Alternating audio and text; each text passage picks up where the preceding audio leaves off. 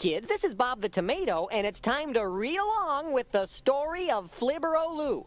Now, all you have to remember is that whenever you hear this sound, you need to turn the page. Okay? It's just that easy. Okay, that's enough, Larry. Sorry. Now it's time for the story of Flibber-o-Loo. The sun always shone on the mountains of Fibble. The wind and the rains never came. To call the place beautiful, no one would quibble, though hard on the feet, they'd exclaim.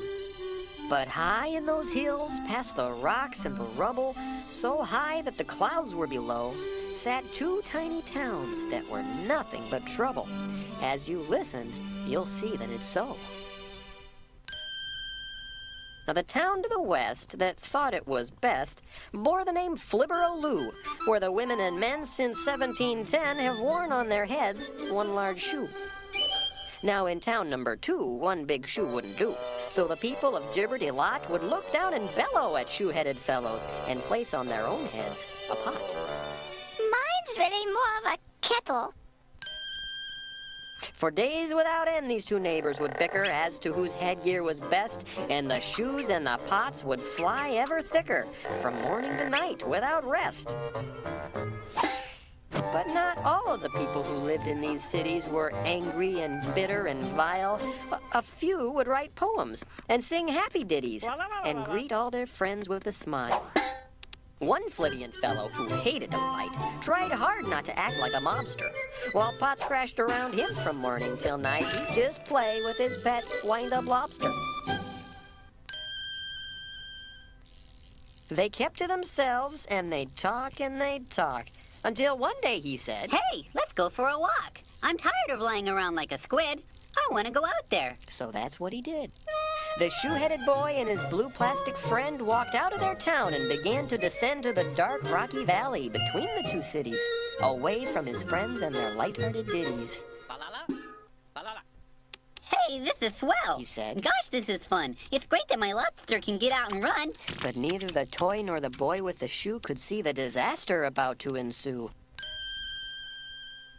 For up in the rocks, hidden just out of sight, were 6 beady eyes filled with anger and spite. 6 beady eyes watched our hero meander, 2 shifty crooks and their ruthless commander. Oh, look what good fortune, the nasty one said. Here comes a poor fool with a shoe on his head. I bet he's got money. I bet he's got gold, or maybe some jewelry he'd like us to hold. Whatever the booty, I think I could stand it. Why, that's what I live for. That's why I'm a bandit. And then they attacked him from under their rock. First they knocked off his shoe, then they knocked off his sock. But the thing they did next was extremely unfunny. Why, they shook him so hard that he dropped his milk money. Hey! He protested. I don't like your ilk. How will I go strong if I don't drink my milk? But they didn't care. They'd accomplished their goal. So they put our friend down, stuck his head in a hole, and walked off with his money, every last nickel, then yelled back as they left. See you around, silly Pickle. I'm a cucumber. Then he said with a moan, Well, I guess I'm alone. But this was a loneliness he'd never known.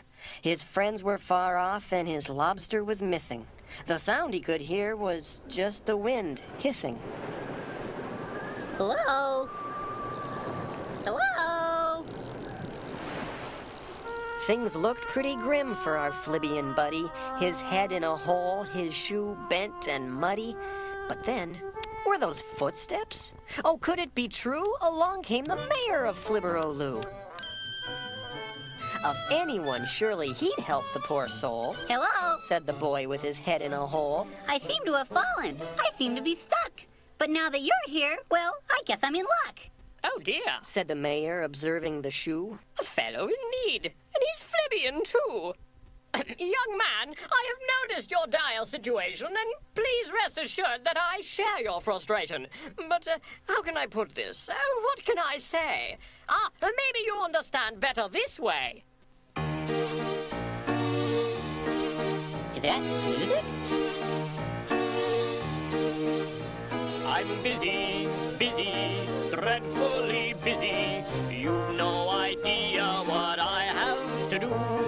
Busy, shockingly busy, much, much too busy for you. Oh, I see. As soon as the mayor had finished his song, a Flibbian doctor came strolling along. Out of my way! She said, starting to slide. If you and your pickle would please step aside. I'm very important. I can't stand and chat. Well, that's not my Pickle. I found him like that. Besides, it so happens I'm noteworthy too. Why, I am the mayor of Flibber-o-Loo. I'm a cucumber. I see. Said the doctor. Then you'll understand without an appointment I can't lend a hand. They're folks with bronchitis. They're kids with the flu. She said to the mayor of Flibber-o-Loo. If I'm not mistaken, you're quite busy too. Well, they talked about schedules, compared daily planners, till finally a voice said, Please pardon my manners. I don't mean to bug you. I see that you're busy, but being inverted has made me quite dizzy. The two other Flibbians paused for a while. They looked at each other, then said with a smile, We're busy, busy, dreadfully busy. You've no idea what we have to do. Busy, busy, shockingly busy, much, much too busy for you. 'Cause we're busy, busy, frightfully busy, more than a bumblebee, more than an ant. Busy, busy, horribly busy, we'd love to help, but we can't. Ta-ta! oh, it was just dreadful. How could they desert their Flibbian friend with his head in the dirt? That's it then. I'm finished. I'll die here down under. If they would not help me, then who would? He wondered. But wait, someone else on the road overhead. Would they help a friend beaten up, left for dead? Oh, look, on his head, not a shoe but a pot. Why, this little guy was from Gibberty-Lot. Would he help a Flibbian? Certainly not. The boy with the pot saw our friend with the shoe. Oh, look! He exclaimed. He's from Flibber-o-Loo. Why, they think we're garbage. They pelt us with shoes. Why should I care if he's beaten and bruised? But out here in the wild, his chances are slim. If I was in need, would I want help from him? He looked at our friend, and he looked at the shoe. And then in his heart, he knew what to do. He may be Flibbian, that's plain to see. But God made him special, just like he made me. So we got him unstuck, and he picked up his shoe, and together they walked back to Flibber-o-Loo. Out of the valley and back into town, where he stayed by his side till the doctor was found. Oh, my. Said the doctor. He's wearing a pot. The little one there is from Gibberty-Lot. You saved this fellow? You pulled him through it? I don't understand. Tell me, why did you do it? He has a shoe and I have a pot. But when we look deeper, there's more that we've got. God made us special and now I can see. If you're special to him, then you're special to me. Love your neighbor. When someone helps you, then you'll understand. When you love your neighbor, loving means lending a hand.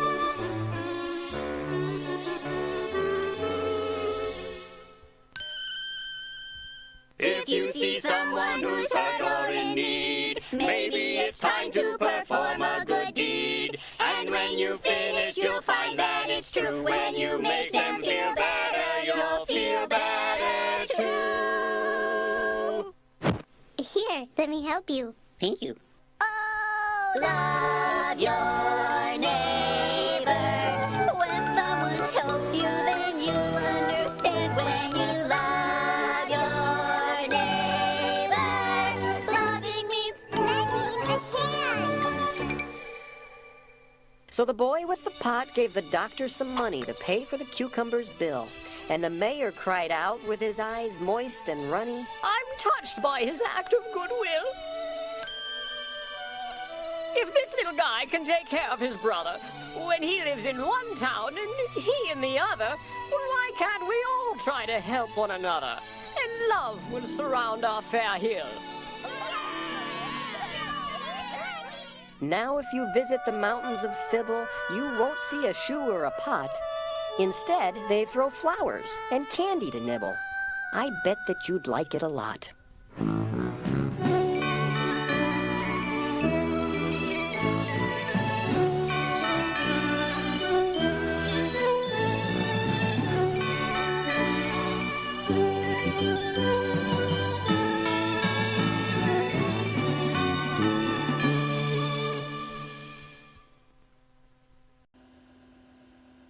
Well, hello there. My name's George, and I'm going to read you the story of Rack, Shack, and Benny. Now, whenever you hear this sound, it's time to turn the page. All right, here we go. Once upon a time, there was a chocolate factory. But not just any chocolate factory. No, this was the Neza Chocolate Factory, home of the Neza Chocolate Bunny. Now, Mr. Neza, Nebby K. Neza, could be a little mean sometimes. He wasn't a bad man, but every now and then he'd get a little confused. Why, his chocolate bunnies were selling so well, I think he'd gotten a bit big for his britches. And that was saying something, because his britches were pretty big to start out with.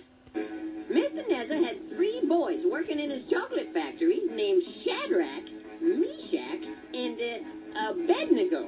Of course, no one could remember those names, so we just called them Rack, Shack, and Benny.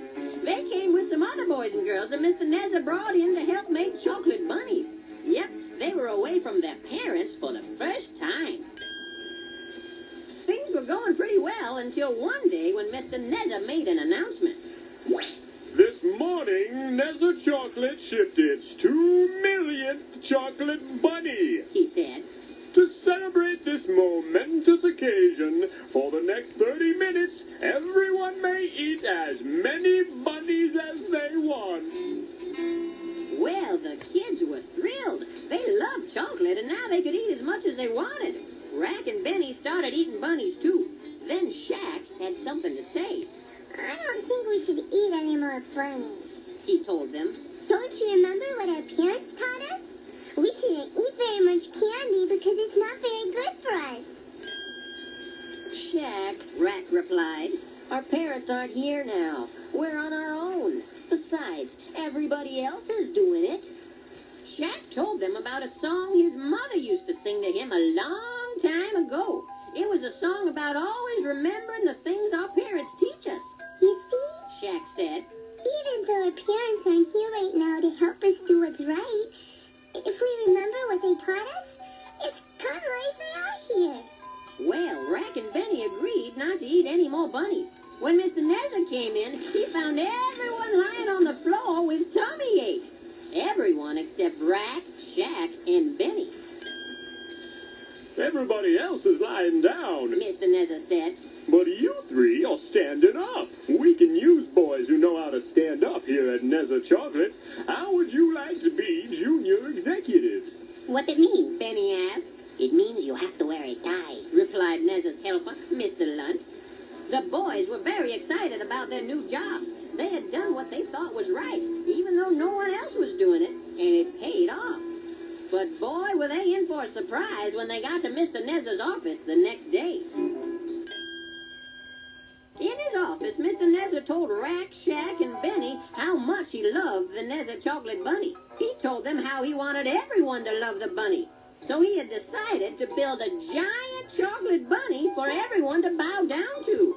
This is just a model. He told them. The real bunny is 90 feet high.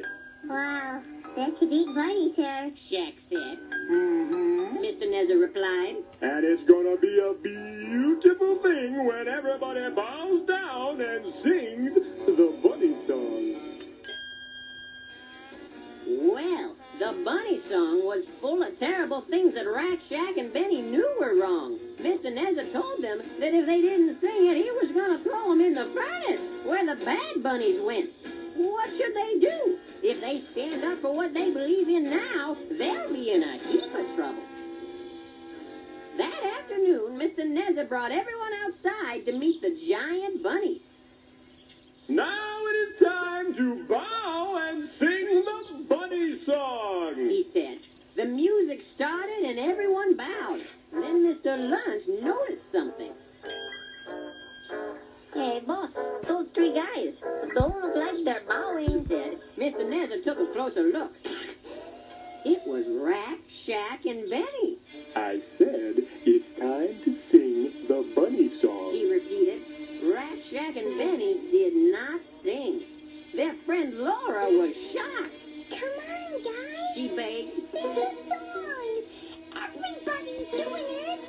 Still, Rack, Shack, and Benny did not sing. Mr. Nezza shouted again. Sing the song. Finally, Shack started singing. But he wasn't singing the bunny song. No, he was singing the song his mother taught him. Rack and Benny joined in and they sang the song together. When they finished, Mr. Nezza was smiling. Oh, that was beautiful. He said, I'm going to be singing that song myself. As I throw you into the furnace, God sees them. Take them to the furnace. Laura looked on in horror as the guards dragged her friends away. What could she do? Back in the factory, Mr. Nezza put Rack, Shack, and Benny on the conveyor belt that led to the furnace. He asked them one more time. Will you or won't you sing the song? The boys thought hard.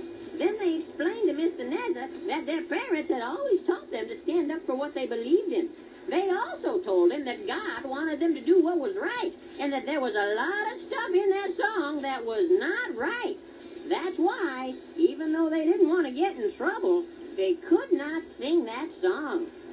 Mr. Nezza smiled. I understand, He boys. said. Benny was amazed. You do? Oh, yes. Mr. Nezza continued. I understand that you're bad bunnies. Mr. Nezza pushed the button that sent Rack, Shack, and Benny down the slide towards the furnace. Round and round they went as the glow of the furnace grew brighter. Was this the end? Suddenly, they stopped falling. They hit something, but it wasn't the furnace. Mr. Nezza turned to see what happened, and Laura's truck rose into the air with Rack, Shack, and Benny safely inside. Sorry, sir. Can't let you cook my body. She yelled. Guards, get them! Mr. Nezza hollered. Two guards jumped into flying bunny cycles and raced off after Laura. Laura was a good driver. She led the guards into the giant pipes of the factory, twisting and turning as they raced along. One by one, she tricked the guards into going the wrong way, and they fell out of the pipes and into the giant vats of chocolate below. Up ahead, they saw lights streaming down the tunnel. That must be the way out. Laura followed the light and flew out of the pipe. But instead of being outside, they were right back where they started, above the furnace with Mr. Nezza smiling at them. You're back. He said.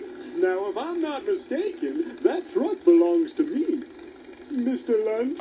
Mr. Lunt pushed a button, and two giant arms grabbed Laura's truck and held it tight. Oh, but look, Nezza continued. my truck seems to be full of garbage. Mr. Lunt, is there anything you can do about that? Mr. Lunt pushed another button, and the arms began turning the truck over. He was going to dump them right into the furnace. While no one was looking, Laura jumped out of the truck and disappeared behind a pile of boxes. Rack, Shack, and Benny were now looking right down into the furnace. Shack turned to his friends with a worried look on his face. Remember how our parents said that God would always be watching out for us? He asked. I sure hope they were right.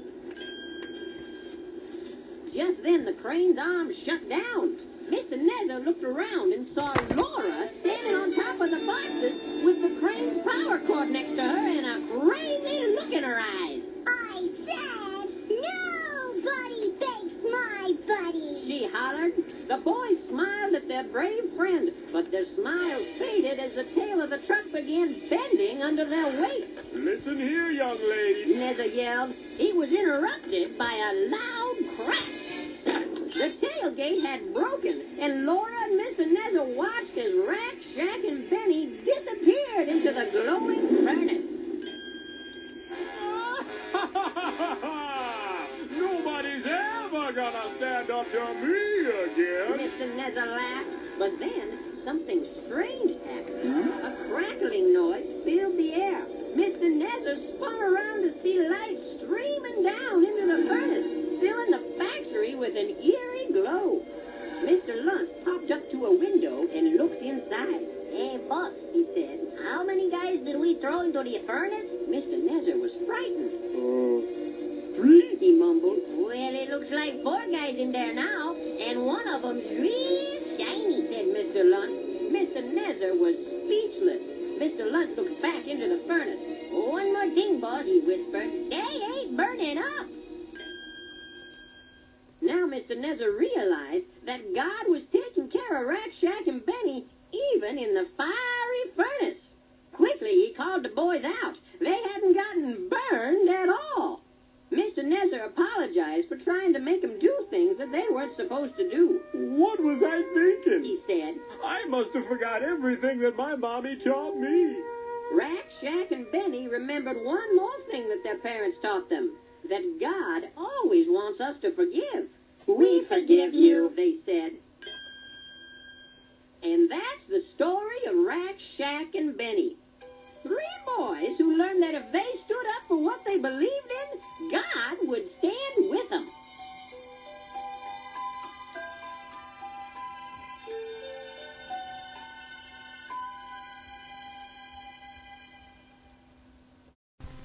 Hey kids, this is Bob the Tomato, and it's time to read along with the story of Dave and the Giant Pickle. Now all you have to do is remember that whenever you hear this sound, it's time to turn the page. Okay, are you ready? It's time for Dave and the Giant Pickle. Now Dave lived in a land called Israel a long, long time ago.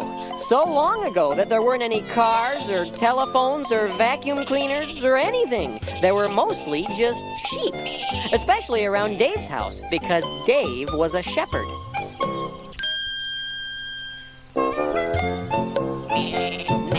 Now, Dave and his 7 brothers spent most of their time in the fields taking care of their sheep. This could be hard work because their sheep had an unusual problem. They tip over. But Dave had an even bigger problem. Of all the brothers, he was the smallest. And sometimes his big brothers would pick on him. Oh, Dave, one of my sheep fell over. Would you come pick it up for me? His brothers would say. If Dave said no, his brothers would remind him about the time they dipped him in tar and stuck him to the backside of an angry water buffalo. I'll be right there.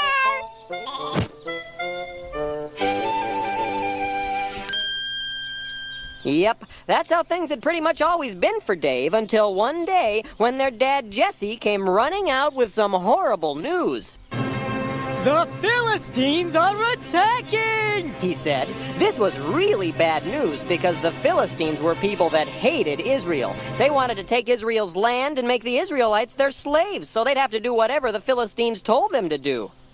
Jesse told the boys that King Saul was building an army to stop the Philistines. If they joined Saul's army, they could help save Israel. This was very exciting, so all the brothers headed off together. But as they were leaving, Jesse yelled out, Hey, Dave! Where do you think you're going? I must help save Israel! Dave answered. Then Jesse said, It's very nice that you want to help, but saving a country is a big thing. You're a little guy. Big people do big things, and little people do little things. So, stay with the sheep. Dave was very sad. As his brothers went off to help King Saul, he looked at his sheep and wondered, Why can't little guys do big things too? By the time Dave's brothers arrived at King Saul's camp, battle lines had been drawn between the Philistines and the Israelites. And, as was the custom in their day, the armies lined up and yelled at each other. The After we defeat you, The Philistines hollered. you will be our slaves and you will have to fetch us our slippers. Yes, and iron our trousers. And wipe our little noses. Aha! And scratch that spot on our backs we cannot reach, no matter how hard we try. The Israelites weren't as good at the yelling, so one of the Philistines came up with an idea. How about if we bring out our strongest man, and you bring out your strongest man, and they will fight. If our champion beats your champion, you will be our slaves. But if your champion defeats us, we will be your slaves. What do you think about that? Well, the Israelites were getting kind of tired of the yelling, and the Philistines did seem a little on the small side, so King Saul agreed. That seems like a reasonable idea. He said, All right, we agree. Send out your champion. What King Saul didn't know was that the Philistine champion was Goliath, the biggest, meanest, hairiest guy they'd ever seen. Who will I fight? Goliath roared. The Israelites were so scared that they all ran away and hid. Nobody will fight. I'll come back tomorrow. And that's exactly what he did. Goliath came back the next day, and the next day, and the next day for 40 days. But every time he showed up, all the Israelites ran away and hid. Finally, Jesse started to worry about his boys, so he sent little Dave to the battlefield with some food. Now, Dave got to King Saul's camp just about the time Goliath was going to come out, so all the Israelites were hiding. Hello? Dave called out. Is anybody here? When he finally found his brothers, they told him about Goliath and about how someone needed to fight him. Well, Dave asked. who's gonna fight him? What are you, nuts? His brothers answered. He'd have us for lunch. Speaking of which, what'd you bring us? Dave couldn't believe his ears. Had they forgotten that they were the children of God? Dave and his brothers had been taught that the Israelites were God's chosen people. God led them through the desert, he helped them walk across the Red Sea, and whenever they went into battle, God was there with them. They had always known that if God was on their side, no one could stand against them. But now, King Saul and his men were so scared of big, tall Goliath, they had forgotten that God was even bigger. No one to fight. Goliath mumbled. They told me that you are the children of God. You are cowards. I come back tomorrow. Well, that was just too much for Dave. Little guy or not, someone had to fight Goliath. Dave knew exactly what he had to do, so he went straight to King Saul and announced, I will fight Goliath! King Saul took the news rather well. I'm sorry, my ears must be failing. He said, I could have sworn I heard you say that you'd fight Goliath. But you didn't say that, did you? Yes, I did! The king was amazed. A tiny little guy like Dave was no match for big, strong Goliath. But Dave was convinced that even though he was little, he could do big things with God's help. Finally, King Saul gave in. After all, he didn't want to fight Goliath, and everyone else was still hiding. Maybe Dave was his only choice. All right, he said. If you're sure you know what you're getting into. Oh, dear. Well, Dave wasn't exactly sure what he was getting into, but he knew God would be there with him. So he went down to a stream and found 5 smooth stones. Then he went back to the camp and waited for Goliath. Who will fight me? Goliath bellowed. This time, somebody answered. I will fight you, Goliath! When Goliath saw little Dave, he thought it was a joke. Whoa, am I a dog that you come at me with sticks? He laughed, but Dave wasn't kidding. I don't exactly know what you mean, He said. but you are not a dog. You are a really big guy that wants to beat me up. And I come at you not with sticks, but in the name of the God of Israel, who this day shall help me defeat you. Now Goliath was really mad. He stormed down the hill right at Dave.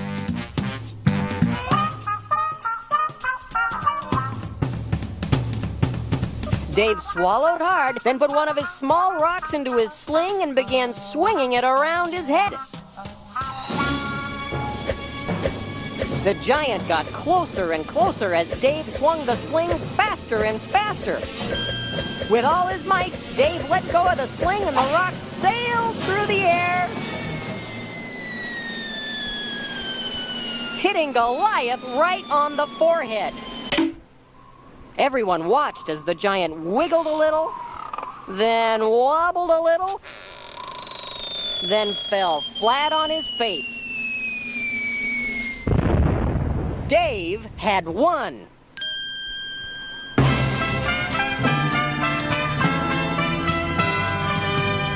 Now the Philistines were so scared of Dave that they all ran away and hid, and Israel was saved. And that's the story of Dave, a really little guy who did a really big thing.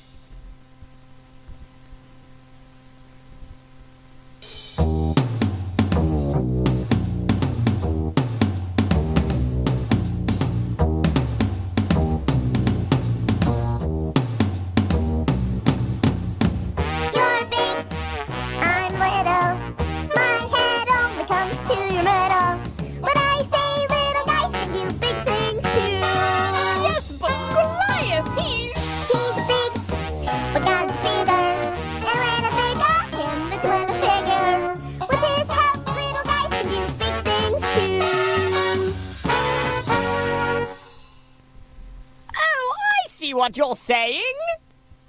All right, I understand. Now let's suppose that this is true. You still look rather weepy, but I know what we can do.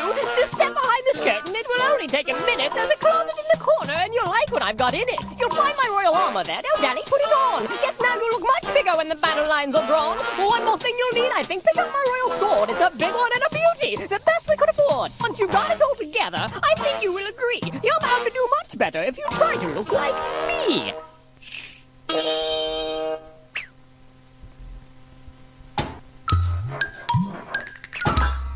Oh dear. You know, I think maybe I should just be plain old me. Oh, yes. Well, I suppose. But have you seen Goliath? Why, he's big, but God's bigger. And when I think of him, that's when I figure. With his help, little guys can do big things. With his help, I know I can do big things. With his help, little guys can do big things too.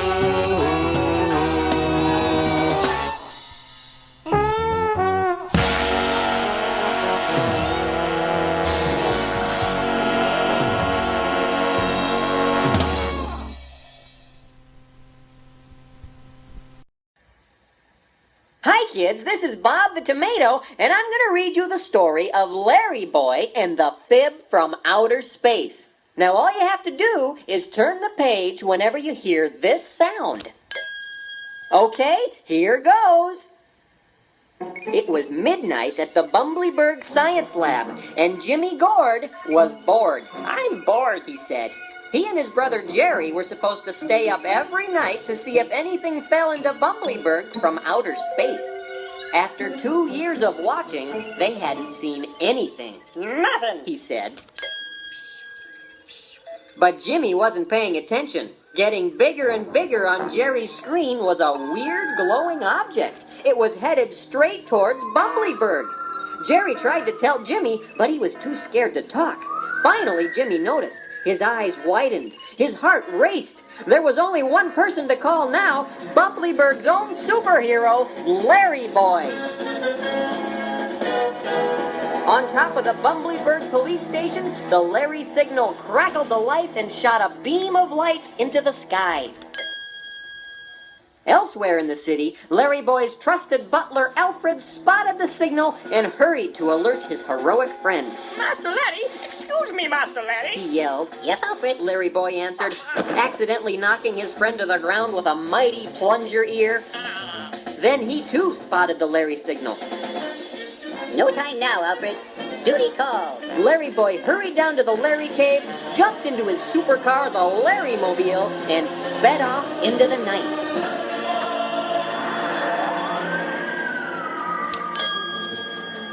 Meanwhile, in the quiet neighborhood where Junior Asparagus lived, a small glowing object bounced down the middle of the street. It had a face. A tiny little space alien had landed in front of Junior's house. The next day, Laura the Carrot and Junior Asparagus were playing at Junior's house. The tea party is almost ready. She said. We just need one more plate for Mr. Snuggly.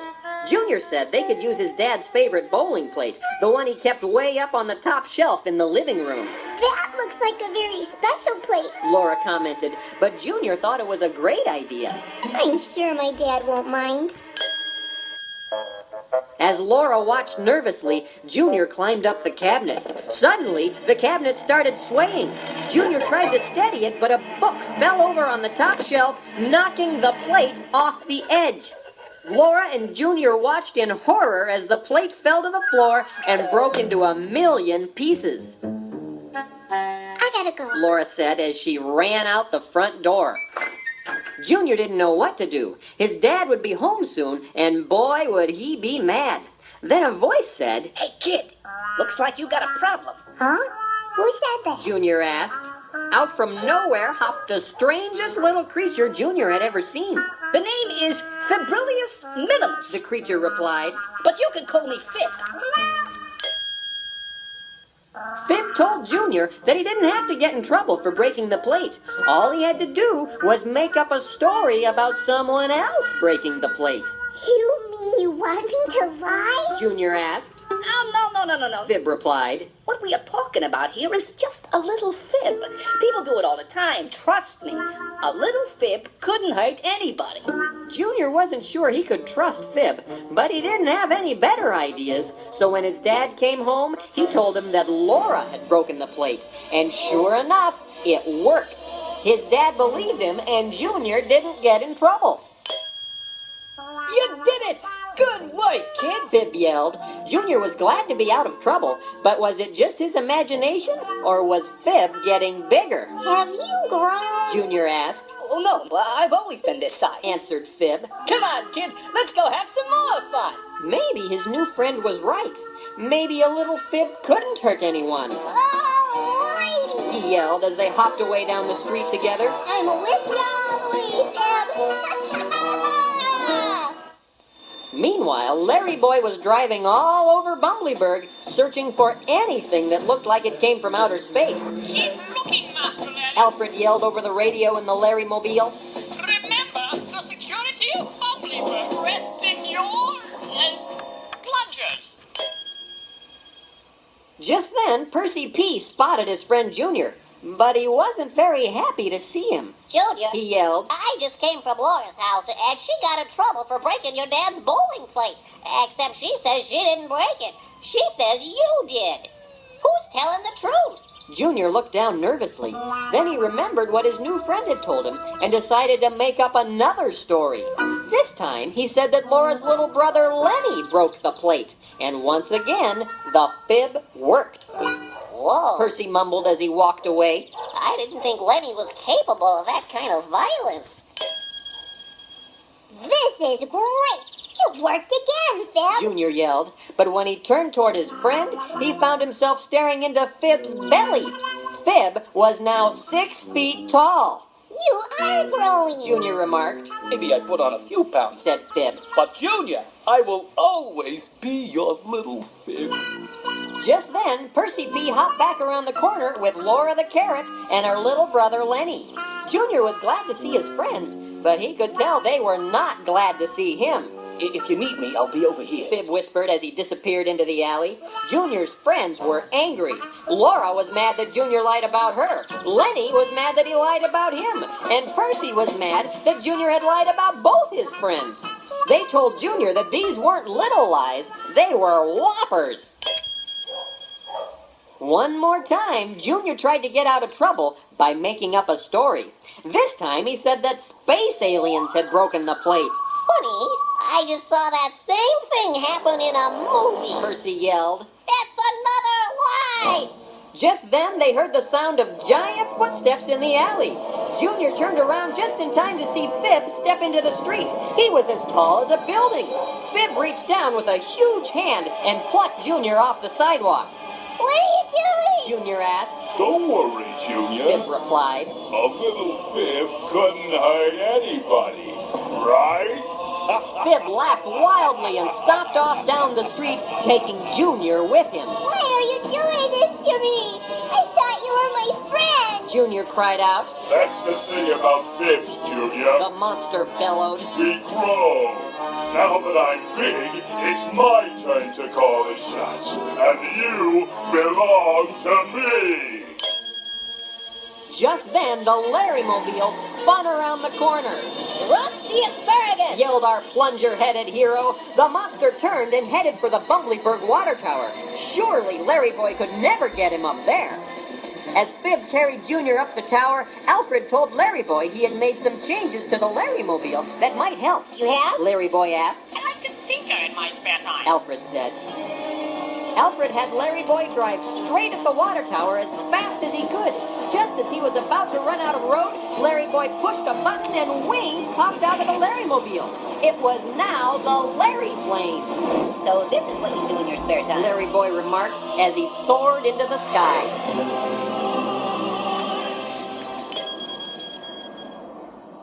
Meanwhile, on the water tower, things weren't going very well.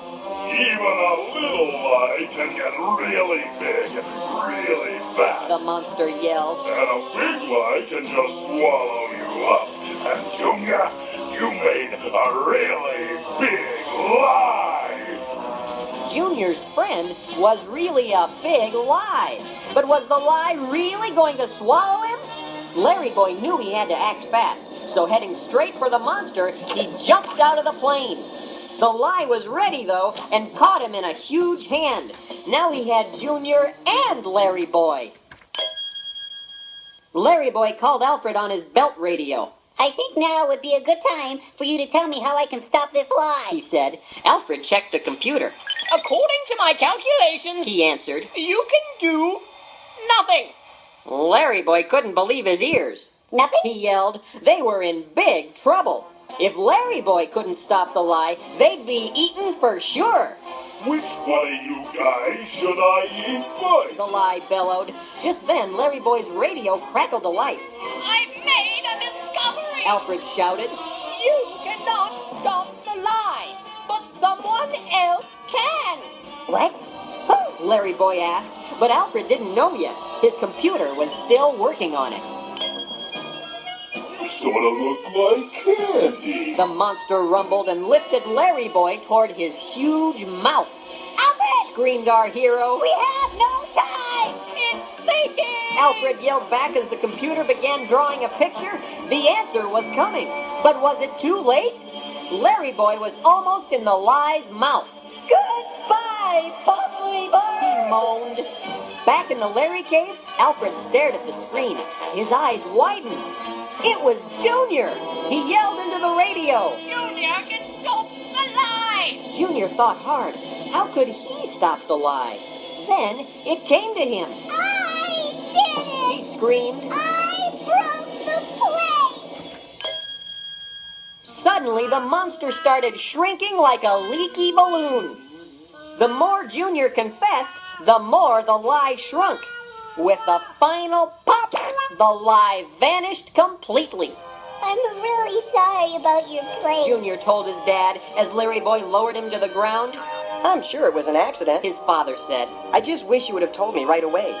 Junior said he had learned that even though telling the truth isn't always the easiest way, it is always the best way. Elsewhere in the city, another fib landed in another neighborhood, looking for someone to help him grow.